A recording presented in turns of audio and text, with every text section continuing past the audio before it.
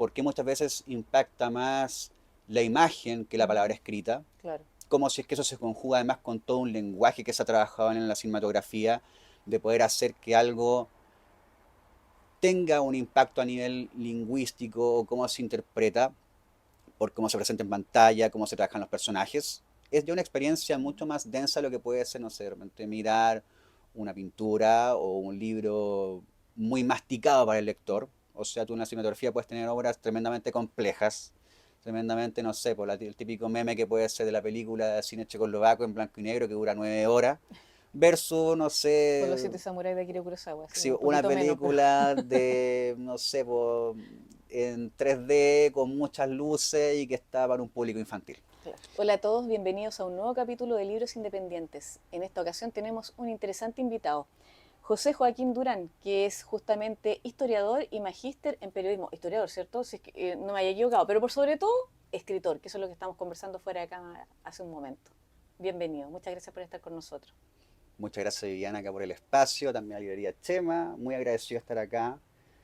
Bueno, yo acá, como decía Viviana, antes que todo soy escritor, me parece Barça decir que soy historiador, porque en realidad no trabajo historiografía, yo estudié licenciatura en historia, posteriormente periodismo, y me gusta hacer deporte y escribir. Esa es más o menos mi onda.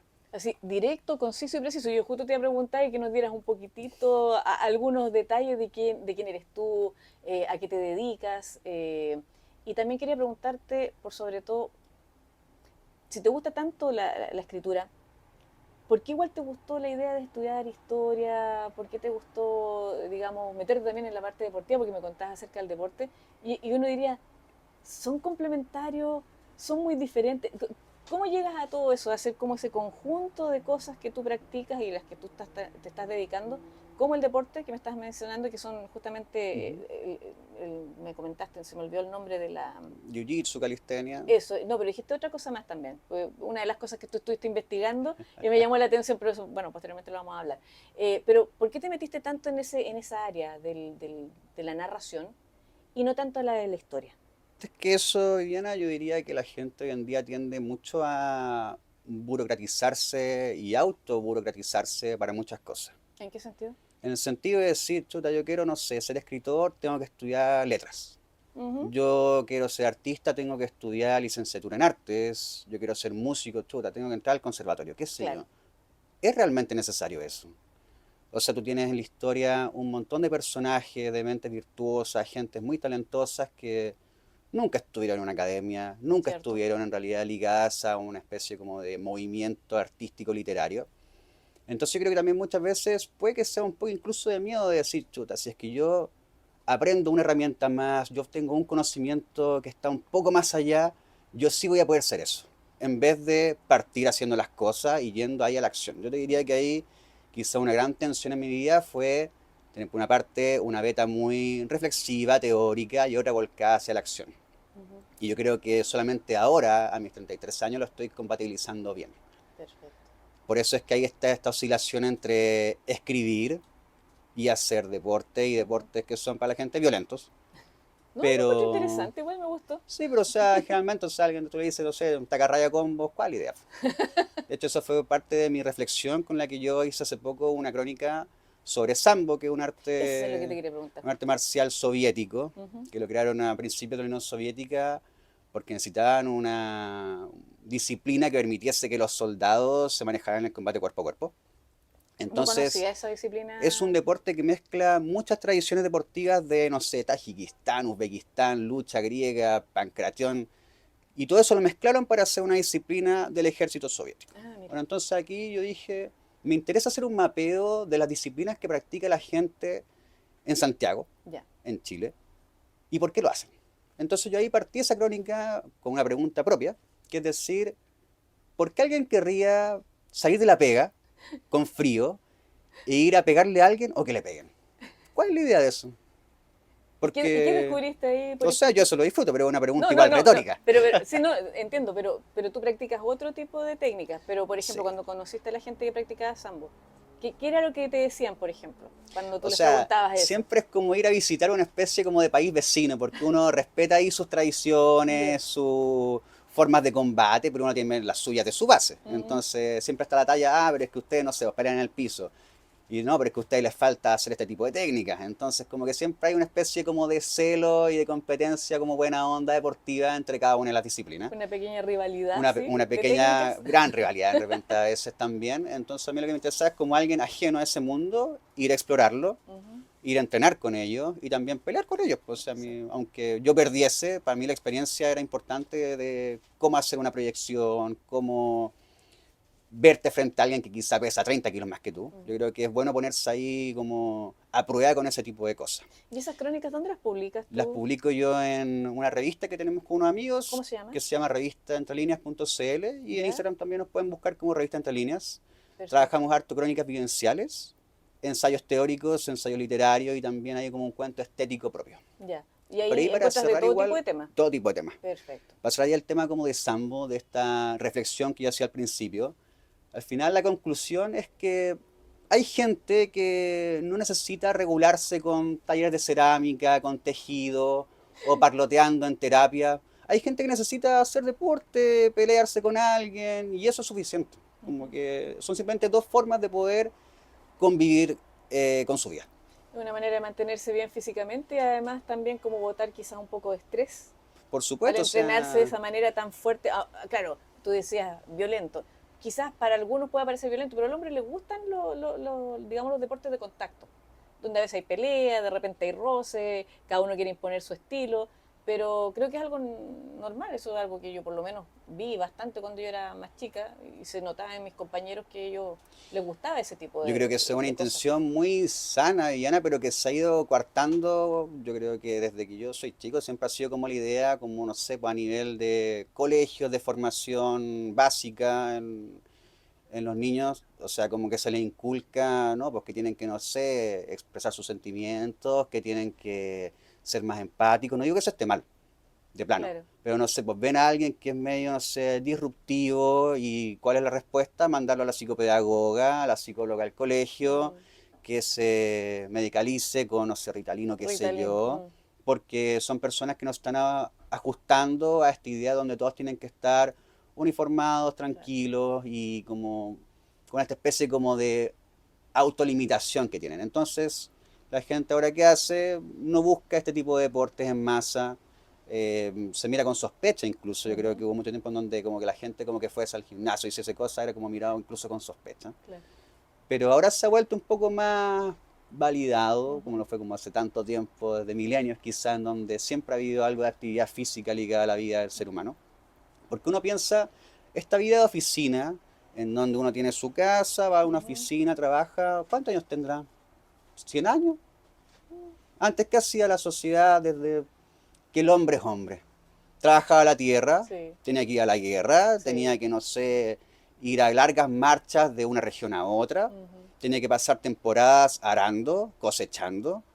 Así que esta vida de oficina, de estar de 9 a 7 encerrado, es muy reciente, Claro, muy contemporáneo muy nomás. contemporáneo. No, tienes toda la razón. Y además que cuando mencionaste eso de los niños, como que se les ha ido debilitando, pues está bien como que tengan empatía, pero se les ha ido debilitando y quitándoles quizás su masculinidad inherente, para que se vuelvan más sensibles. Pero hay cosas que no se les puede negar a los niños tienen que agarrarse a combos. ¿Para qué andamos con cosas? El Es que yo hombre tiene creo que que tener sus discusiones, eso genera algo es muy parte que le genera así como su problemático desarrollo de personalidad también. porque es algo que si tú intentas castrarlo, tú no lo vas a poder eliminar. Tú si Mm, reprimes algo, eso no se elimina. mm. Eso va a canalizarse Busca y otra parte donde va a salir canalizarse. Sí. por otro canal. Entonces estaba hablando hace poco con mi hermana, que ella es como artista y le gusta esta onda, que era como, se llama Juegos de Guerra, en donde había como una crítica a los artistas de por qué los niños, o sea, niños hombres, valga la redundancia, Ujú.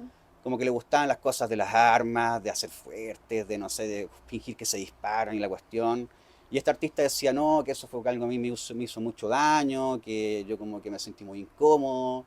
Y yo le decía a mi hermana, yo sabéis que no estoy de acuerdo con eso. Yo creo que hay una parcialización del discurso Ujú. de cómo se abordan ese tipo de cosas. ¿Por qué?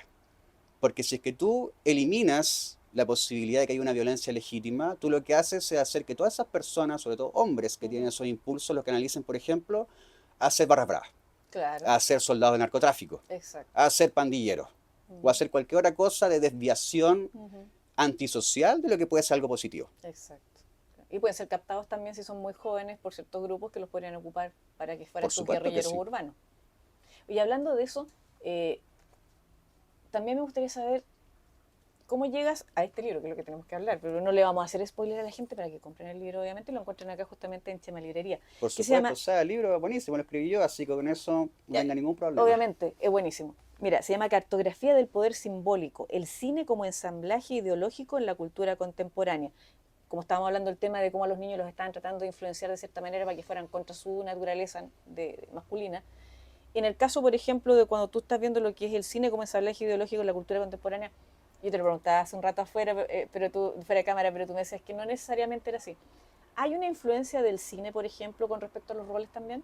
Porque yo te comentaba, yo fui mucho tiempo muy cinéfila, pero ahora me cuesta ver películas por la cantidad de cosas que se meten Ujú. dentro de las películas como una forma de, a través de la repetición, quizás a algunas personas con cierta sensibilidad les llegue esa información y vayan cambiando su actitud en la vida. No significa que todos van a hacerlo, pero sí como que genera que se implante una ideología, o se implante una forma de ser, o se implante una forma en que empieza a desenvolverse la sociedad, según ciertas películas. Pues si te fijas, como que de repente hay ciertos tipos de películas que salen todas así a Ujú. la vez, y tú dices, pero ¿por qué todos hablan de la misma temática? ¿Por qué tantas películas de este tipo? ¿Por qué tantas películas donde la mujer es la genial, el hombre es el tonto de la película? ¿Por qué el malo es de un color y el bueno es de otro? Todo ese tipo de cosas. ¿Por qué se ve lo más femenino y lo viril o lo masculino? O el hecho de que seas violento cuando estás, por ejemplo, protegiendo a alguien, se vea como algo malo. Entonces, quería un poco ir por ahí. ¿Ves eso también dentro de tu libro? ¿Es parte de, o a lo mejor yo estoy pasándome una película hablando de cinematografía? Tiene Que, algo de eso, pero yo ahí ya soy muy crítico de tanto los sectores de izquierda como los uh-huh, de derecha que toman todos estos problemas diciendo que hay una especie como de conspiración claro, oculta para hacer algo. que Yo se podría usar, creo pero a lo mejor que no es solamente eso. podría usarse, pero yo creo que es una respuesta muy simplista. ¿Ya? Yo creo que si es que siempre vamos a limitar que algo pasa porque hay una especie como de mesa con gente influyente, oculta, Uh-huh. planeando el destino del mundo, o porque alguien financia algo más que otra, hacemos que la sociedad vaya para acá o para allá. Yo creo que eso es simplificar la complejidad social. Pero puede incidir un poquito. Puede incidir y yo Y yo ahí, quiero escuchar ahí lo que, porque estuvimos conversando algo, les admito, estuvimos conversando, tuvimos una muy buena conversación hace un momento y vamos a continuar con ese hilo. Entonces, ahí quiero que tú me expliques más o menos lo que me estabas primero que comentando todo hace un aquí rato. un punto muy importante del libro, que es la ideología. Porque la ideología se ha trabajado a nivel histórico de dos formas. Uh-huh, Una es la ideología como falsa conciencia. uh-huh, O sea, la ideología como una especie como de lente que uno se pone y que distorsiona la realidad. ya. Esa es una tradición del estudio de estudio y de aplicación de la ideología. Uh-huh, Y hay una segunda beta de la ideología, que trabaja autores como Zizek, que es marxista, pero yo creo que uh-huh, tiene una buena lectura de eso, que es la ideología como algo que estructura la realidad de la persona, independiente de si es que eso es algo falso o no. Es lo que ya. es. O sea, no es como que alguien diga, como suelen hablar los políticos, esto es muy ideologizado, esto es muy ideológico. La base y estructuradamente ya es ideológico. Y está dada por eso. No es que tú puedas salir de ahí. Siempre hay una ideología. Siempre hay una ideología. No, no es como que haya una valoración como moral de si es que eso es bueno o malo, es simplemente como está dado. Ya. Entonces, en eso, yo lo que digo es que esta ideología opera a nivel social dentro del sistema complejo que es la sociedad misma. Uh-huh, Porque uno para, a nivel sociológico, ver tiene la posibilidad, no sé, por los sistemas simples, que son sistemas cerrados. uh-huh. O sea, no sé, pues una lavadora, un Ya. computador, son sistemas cerrados en sí mismos con sus piezas. Los sistemas complejos son sistemas porosos, son sistemas que admiten una influencia y una interacción con lo que está afuera. Entonces eso sí o sí te da dinámicas que influyen desde ese sistema Uh-huh, hacia afuera de su entorno como hacia adentro con otros sistemas complejos. Y ahí es donde opera el nodo ideológico que planteo yo dentro de mi obra y uh-huh. también el funcionamiento de la ideología. ¿Qué pasa en eso? Que acá se juega mucho con la fantasía del gran otro. ¿Cómo es eso? A ver, coméntame. El gran otro es una figura lacaniana en realidad, de este Uh-huh, psicoanalista francés que toma y reconvierte la teoría psicoanalítica freudiana y la lleva para un punto mucho más estructuralista, donde su base es decir el inconsciente se estructura como un lenguaje. Entonces él plantea como que la sociedad se basa en una especie de neurosis frente a un gran otro. Y ese gran otro puede tener distintas formas, o sea, el gran otro como a nivel social, el gran otro Mm, como una empresa, el gran otro como la religión, ujú, pero al final el gran otro no existe. Y esa es la conclusión a la que también llega Zizek. El gran otro igual en gran parte es una fantasía opresiva de cada uno que lo limita. Entonces, realmente el poder que hace esta ingeniería social o qué sé yo, ujú. es tan eficiente. Yo me lo cuestiono, o Ya. sea, yo creo que el poder es bastante errático, creo que es bastante contradictorio muchas veces, y hay otras ocasiones en donde también el azar o cosas que son imprevistas influyen mucho. De hecho, a mí me da un poco de risa también cuando los marxistas más ortodoxos salen con su cuento de no están las condiciones. Pero cuando están las condiciones todo funciona, pues entonces como una especie de profecía autocumplida de ellos Ujú, mismos de decir cuándo las leyes de la historia funcionan y cuándo no. Entonces me parece un poco Barça. mm. Y justo me estaba acordando de algo que conversamos hace un rato atrás. Vamos a retroceder un poco en el tiempo, porque igual eso influyó un poco en ti también, el cambio que tuvimos el 2019, que a todos nos pilló así, bueno, algunos más con más información, otros con menos, otros con ninguna.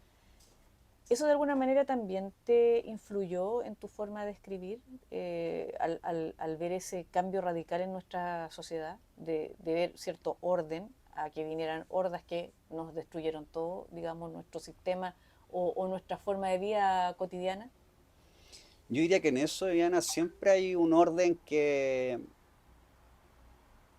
es lo menos esperado que quizá pueda haber. O sea, como la fragilidad con que el Ujú. orden funciona es muy patente. O sea, la Claro, línea cualquier cosa entre puede... la civilización y la barbarie, o sea, la contienen algunas cuantas instituciones, algunas cuantas o sea, mentalidades e ideologías arraigadas en las personas que hacen que funcionemos a nivel social, pero basta con que se prendan algunas chispas y la gente puede entrar a un estado que quizá nunca imaginó que podía llegar a eso. Ujú, Y en gran parte el 2019 en octubre tiene mucho de eso. O ujú, sea, como están estas dos vertientes donde hay gente que dice, no, esto fue completamente planeado por, qué sé yo, Cuba, el Partido Comunista, y otros dicen, no, lo planeó, no sé, Piñera y ujú, Carabineros. Y otros que dicen que no, fue completamente espontáneo. Yo creo que esas dos tesis son súper ingenuas. Yo ujú, creo que tiene algo de las dos cosas. ujú, Eso lo trabajan muy bien Hart y Negri, que son dos pensadores marxistas italianos y otro estadounidense, en donde ellos plantean más esto en una especie de funcionamiento en red. Y lo ejemplifican ya con la intifada que hubo en Palestina ujú.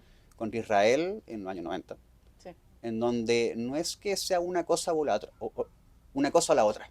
Es que una vez que se activa el momento, Ujú, se pliegan tanto los grupos que estaban ya organizados y cada uno de esos grupos organizados intenta imponerse al otro. O ujú. sea, no es como que ellos estén en una coordinación Claro. pacífica y perfecta.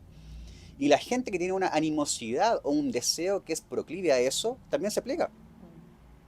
Porque es una especie de fuerza centrípeta que captura ese deseo. El deseo de cambio, el deseo de ser distinto.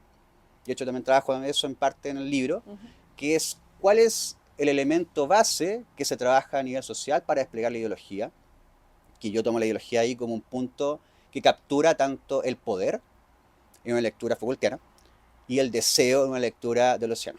ujú. Entonces, para mí la ideología puede oscilar tanto en un pliegue hacia el poder, de expandir, de capturar, y un deseo también de crear, de escapar o de hacer algo distinto.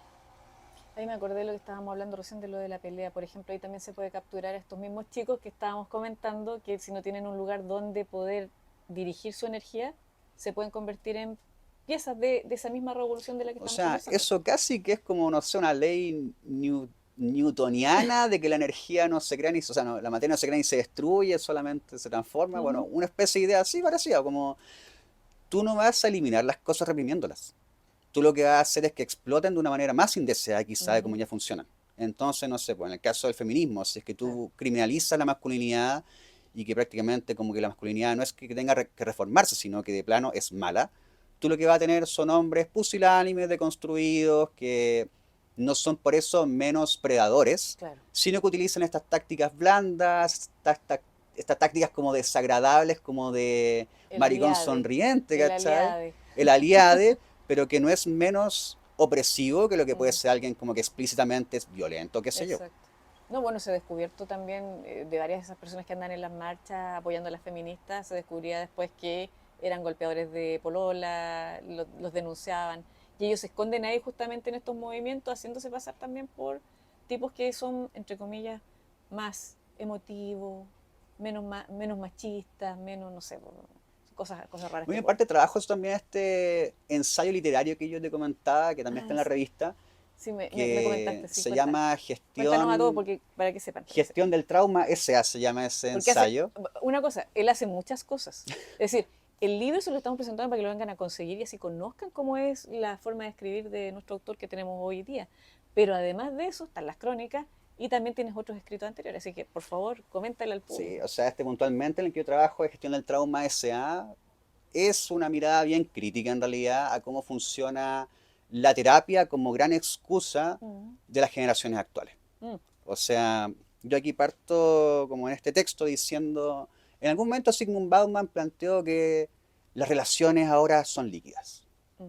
¡Wow! ¡Qué cuestión más fantástica! No, o sea, siempre han sido las relaciones humanas súper líquidas. Lo que cambió actualmente es que las instituciones y las tradiciones que habían para contener esa liquidez se fueron erosionando Mm. y destruyendo. El matrimonio, los cortejos, La la familia, familia.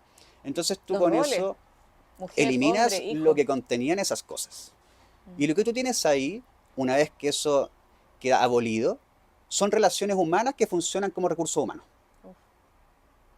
O sea, como este mismo burócrata de una empresa que con la cara como sonriente te va a decir, acá está tu sobre azul.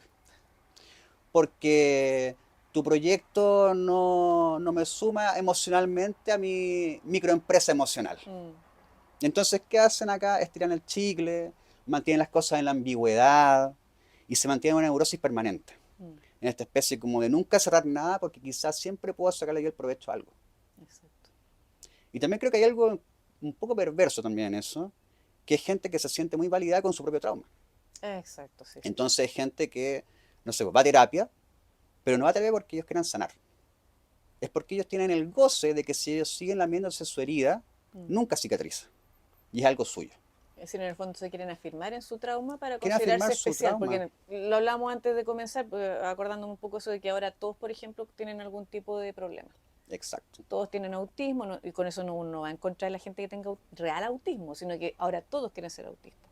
Así que, eh, como dices tú, también es una forma quizás quizás egocéntrica de algunas personas de tener ese tipo de trauma O sea, o de tener ese tipo de nombre, ya sea psicológico o de cualquier tipo que eso le es súper puedan... interesante porque es casi como tener como una especie como de medallas o Claro, armarse un currículum con base en yo tengo este trastorno o este padecimiento. o el victipunto también, si eres de Y, cierta y minoría o de... también son cosas que la gente usa para deliberadamente atacar a otros. O Exacto. sea, si es que tú haces algo que está fuera de este manual de recursos humanos, las relaciones humanas contemporáneas posmodernas, tú que eres automáticamente narcisista, Ujú, red flag, ujú, irresponsable efectivamente, al tío tú tienes ya la sentencia lista. Y mm. por eso te digo, uno tiene que pelear contra esas sentencias porque pierde de entrada.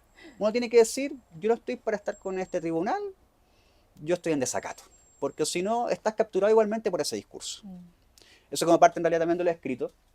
Como bien decía Diana, yo trabajo en esta parte teórica, Ujú, que esta parte teórica fue como darle el gran salto en el momento del 2019 de decir, chuta, acá como que falta algo en Chile y posiblemente también en Latinoamérica. ujú, Porque yo lo que veía era autores que eran interesantes, algunos que eran bien simplistas, panfletarios, no sé, pues tenía a los Agustín Laje, a los Axel Kaiser, ujú. tenías a otros autores que son más serios, pero que están capturados en la academia, y en la academia ellos trabajan para poder cumplir ciertos KPI, escribir ciertos papers y hacer ciertas cátedras, porque si no, no cumplen con los estándares de las universidades, Están más limitados en su están investigación. limitados. Y los otros son ya los youtubers, los que tienen ahí las frases para la galería, panfletarios, que yo veía ahí como un espacio vacío, Ujú, donde se está trabajando de forma seria una teoría distinta.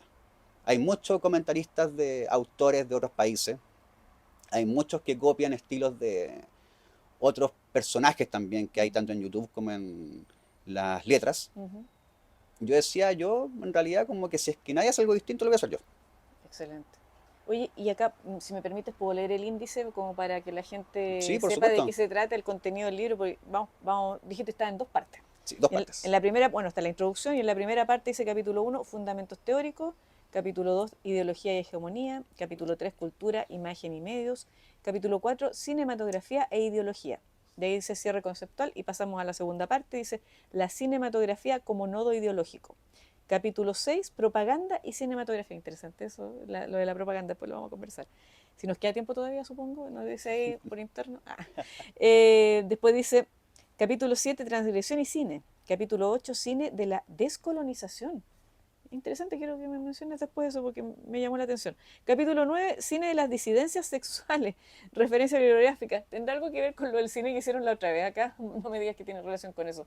El famoso cine como porno o porno trans o O cosas sea, así. eso ya puede ser ya el apéndice como último de lo que pasó con eso, pero ahí yo lo que hago es ver cómo va Ujú, escalando eh, un movimiento a nivel civilizacional, porque ujú, son movimientos que partieron en Alemania y otros que después se plegaron a Estados Unidos, Francia, y que ya a finales del siglo XX tienen una cabida explícita dentro de la cinematografía. Pero eso parte de forma como muy en lucha contra la censura, en donde el gran como activista de ese cuento era un médico alemán, ujú. y él buscaba que ya en ese entonces, en la República de Weimar, hubiesen películas que abordaran la homosexualidad no como algo malo, sino Ujú. como algo normal dentro de la sociedad. Eso puede ser Perfecto. como lo más básico que puede haber al respecto, pero es, a fin de cuentas, una consecuencia lógica de cómo funciona la sociedad moderna. Ujú. Yo creo que ahí Foucault lo dice muy bien al mencionar que la enfermedad, o sea, si es que uno dice que en algún momento la homosexualidad es una enfermedad, no es moralmente malo, porque una enfermedad no es mala.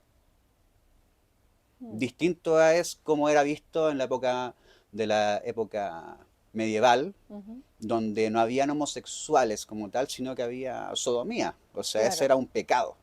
Es Ujú. distinto a categorizarlo como algo que viene del discurso moderno, científico, medicalizado, Ujú. donde tú no puedes decir a alguien es malo por estar enfermo. Entonces, al fin de cuentas, es la consecuencia de que esa categoría sea capturada dentro de ese espacio. Mm. Perfecto. Pero ahí cuando hablamos también eso de, por ejemplo, está la sodomía, después hablamos de homosexualidad, pero tú mencionaste eso de una enfermedad. ¿Qué pasa, por ejemplo? No sé, a lo mejor no lo puedo mencionar quizás, pero le digo los PDF, porque ahora están tratando de ponerlos como si fuera enfermedad lo suyo, o una especie de situación en la que es de tipo mental. Entonces, como que lo están tratando también de meter en ese mundo de que podría ser una enfermedad, entonces no sería malo. O sea, ahí está ver qué es realmente. O sea, si es que lo quieren dejar como que es una enfermedad, tienes el mismo resultado, porque Mm, una enfermedad no es moralmente algo malo. ahí está el problema. Es alguien que tiene que curarse. Ujú. Y en la parte de la cinematografía, ahí quiero volver al punto de eso. Ese tipo de. Porque yo te estaba hablando de la cinematografía, yo lo veía más de. Ustedes saben que soy medio sombrero aluminio para mis cosas. Pero tú decías que eso no era necesariamente así. Pero que la cinematografía tenía como otra cosa importante que entregar. No solamente una cuestión de teoría de la conspiración o una conspiración a través de la repetición, de tratar de meter cierto tipo de actitudes o formas de ser de la sociedad. Tú me hablas de otras cosas más fuera de cámara con respecto a la parte cinematográfica. Que me gustaría que se la explicaras a la gente Yo creo que y hay que está dos relacionado con lo que estás presentando acá puntos en el dentro libro. de la cinematografía que son muy relevantes, que yo lo trabajo también ahí, que son los puntos sobre la intensidad y la extensión que permite la cinematografía. Intensidad me refiero a cómo el espectador absorbe e Ujú, interactúa con la obra cinematográfica. ujú, O sea, es un estímulo audiovisual a nivel de imagen. Yo ahí también hago una exploración con artículos académicos que plantean por qué muchas veces impacta más la imagen que la palabra ujú. escrita, Claro. como si es que eso se conjuga además con todo un lenguaje que se ha trabajado en la cinematografía, de poder hacer que algo tenga un impacto a nivel lingüístico o cómo se interpreta, por cómo se presenta en pantalla, cómo se trabajan los personajes. Es ya una experiencia Ujú, mucho más densa de lo que puede ser, no sé, de repente mirar una pintura o un libro muy masticado para el lector. O sea, tú en la cinematografía puedes tener obras tremendamente complejas, tremendamente, no sé, por el típico meme que puede ser de la película de cine checoslovaco en blanco y negro que dura 9 horas, versus, no Por los sé, siete samuráis de Akira Kurosawa, sí, si un una poquito menos, pero película de, no sé, en 3D con muchas luces y que está para un público infantil. claro. Y la segunda es la extensión, que es que tú no puedes traer y andar moviendo de un lado para otro a el David de Miguel Ángel. Mm, Tú no puedes teletransportar a un palacio europeo a Sudamérica, claro. pero tú sí puedes llevar una obra cinematográfica de un lugar a otro de forma casi inmediata hoy en día. Antes quizá con el celuloide costaba un poco más, Sí. pero ahora basta con que uno lo vea por internet, uno vaya al Ujú, cine y es un estreno casi simultáneo en un país y otro. Entonces ya tienes tanto intensidad como extensión territorial ujú, de forma muy cohesionada. ujú.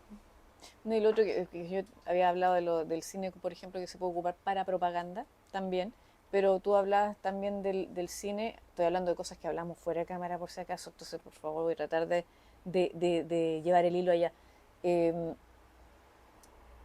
Hablabas, por ejemplo, de que tú te quieres comunicar con el lector de una manera mucho más adulta. Lo mismo que también te parecía con lo de la película, porque me decía una comparación con Hitchcock, por Ah, ejemplo. perfecto. Porque tú por ejemplo, tratando de ordenar un poco la idea, pues, por ejemplo, el cine que se ve ahora quizás es como más infantil, si se puede decir más infantilizado, para un público más infantilizado o adolescente, si se puede decir así, y ahí se meten los adultos también, me estoy refiriendo a una sociedad adolescéntrica o infantilizada.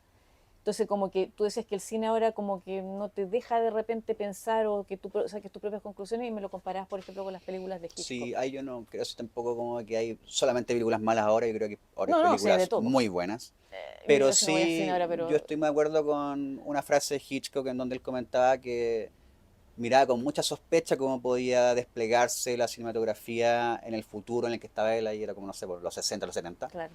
porque eran películas que iban a empezar a depender mucho más del diálogo Ujú, que de la imagen como un lenguaje en sí mismo. ujú, Entonces hay tanto diálogos entre personajes como monólogos internos que tenían también cada uno de estos actores. Reemplazar la experiencia de lo que puede ser poner en cámara un color, poner en cámara un plano más abierto, un plano más ujú, cerrado, hacer un contrapicado, hacer un ujú, picado, usar sutilmente la música, usar el silencio, que son cosas que también comunican. No solamente el diálogo comunica, o sea, ujú, si es que uno quiere que el diálogo sea siempre la base de una obra, tiene una obra de teatro o tiene una teleserie. Eso también, ujú, Viviana, para conectarlo con lo que yo proponía, que es que yo también, así como tengo la vocación de haber analizado de esta parte más teórica, de autor que revisa a otros ujú. autores, un momento en el que yo también dije, yo también quiero crear. Si es que alguien no está creando acá en la órbita, lo voy a hacer yo y lo voy a hacer bien. Y en eso yo empecé a escribir narrativa. Escribí una novela corta. ¿Cómo se llama la novela? La novela corta se llama Umbral. Umbral. ¿Dónde la podemos encontrar? Está postulando ahora un premio, así que está con Ah, embargo. con embargo no sabía que se Y la hacía eso, otra que también tan está con postulada a premio. embargo es una antología de cuentos ¿Ya? que le postulé a mejor obra inédita, categoría cuentos en el Ministerio de las Culturas, Ah, y que eso mira, debería estar en octubre, así que esperemos a ver cómo nos va. buenísimo. Pero siguen una misma lógica a nivel de voz y prosa, en donde yo intento alejarme deliberadamente, en realidad, Ujú. porque no es un estilo que a mí me guste, este barroquismo Mm, latinoamericano, plagado de temas de, no sé, autoconfesionalismo sentimental, memoria, dictadura, feminismo. claro. Yo busco hacer cosas bien actuales, alejadas de cualquier tipo de realismo mágico. Ya. Nada fantasioso, sí, todo Nada bien. fantasioso. De hecho, los personajes de mis cuentos son guardias de supermercado, gente que maneja Uber, no sé, gente que tiene como temas de trastornos mentales y que tiene que medicarse, eh, Lo gente más en realista posiciones posible. medias de una empresa, lo más realista posible y también preocupado de cómo eso es leído, no desde un punto de vista moral, en el Ujú, sentido como que yo quiero que el lector piense que esto es bueno, es malo, yo creo que ahí hace el encuadre. ujú. Y ese encuadre a través de una prosa que busca ser deliberadamente también seca, Perfecto. ausente de cualquier tipo de grasas, de metáforas Adornos. innecesarias, adjetivos que simplifiquen la experiencia del lector, con finales muy de fábula infantil. Mm, Yo creo que el lector ahí sí se incomode como en el buen incomodar, ya. de que no quede como una especie de catarsis, sino que quede Ujú, como una especie de golpe seco dentro del mismo, y que quizá un día después, una semana después, esa escena final o alguna escena del cuento del libro vuelva. mm. como que él tenga su propio pensamiento crítico, el que está leyendo tu libro y saque sus propias conclusiones. Tenga su propia experiencia digerida y que Ujú. no es algo inmediato. Excelente. Bueno, y si quieren ustedes saber más acerca de este libro, ya saben, lo pueden encontrar acá en Librería Chema y también pueden conocer más del autor siguiéndolo en sus redes sociales. Tú nos dijiste que las crónicas las tienes en... Las crónicas están en la revista Entre Líneas en Instagram. Yo soy josejoaquín.es también en Instagram. La revista entrelíneas.cl como sitio web. Y ahí estamos subiendo ensayos literarios, crónicas, reseñas. Si quieren el libro también pueden buscarlo acá en Chema. Y ahí vamos a estar viéndonos seguramente en otras partes porque estoy acá trabajando en varias cosas. Excelente. Cartografía del poder simbólico, ya saben, de José Joaquín Durán.